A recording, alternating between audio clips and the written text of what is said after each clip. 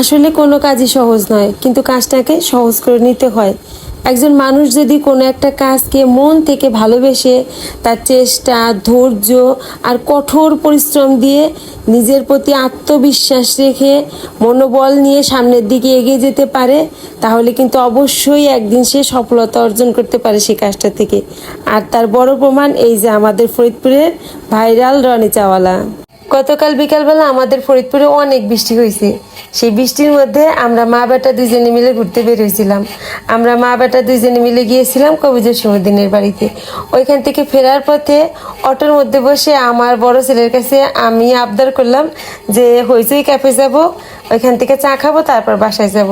আমার কথা শুনে আমার ছেলে বলে, মা আজকে ভালো দিনে এই হইচই ক্যাফে যাইতে চাইছো, চলো তোমাকে নিয়ে যাব।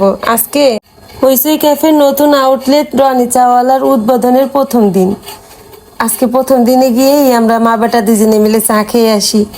তারপরে এই তো মা বেটা দুজনে মিলে বৃষ্টির মধ্যে চলে আসলাম আমরা চা খেতে।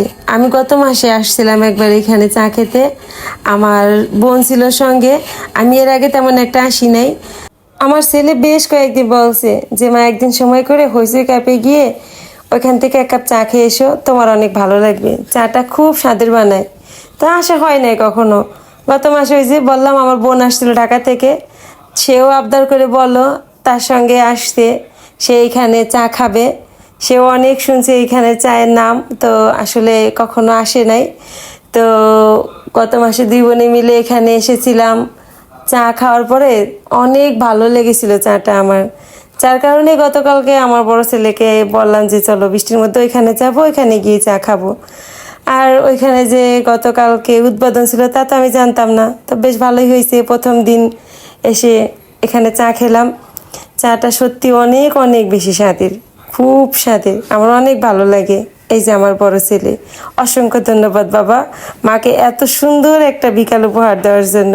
ছেলেটা আমার ঘুমাইছিল বৃষ্টির মধ্যে, তাকে জোর করে টেনে তুলে নিয়ে আমি ঘুরতে বের হয়েছি। অনেক অনেক ছবি তুলছি। অনেক ভালো ছিল আমাদের মা বেটার বৃষ্টি বিলাস। আর ওদের ডেকোরেশনটাও আমার অনেক ভালো লাগছে। সব কিছু মিলিয়ে অনেক অনেক অনেক অনেক ভালো লাগছে। আমাদের মা বেটার পুরো বিকালটা অনেক ভালো কাটছে। তো চা খাওয়া শেষ, এখন আমার বড় ছেলে কোনো রকমে আমাকে এখান থেকে বিদায় করে বাসায় পাঠাইতে পারলে বাসে, সে হচ্ছে বন্ধুদের কাছে যাবে।